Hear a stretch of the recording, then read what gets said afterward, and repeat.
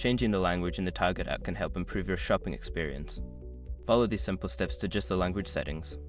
Step 1. Open the target app. Launch the target app on your mobile device.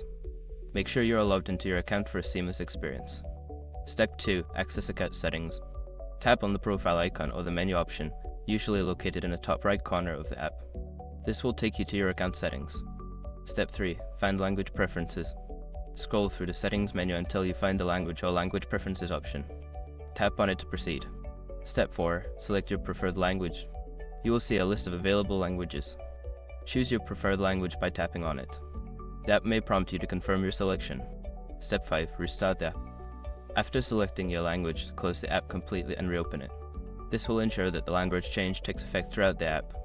Now you can enjoy shopping in your preferred language. If you encounter any issues, consider checking the app's help section for further assistance.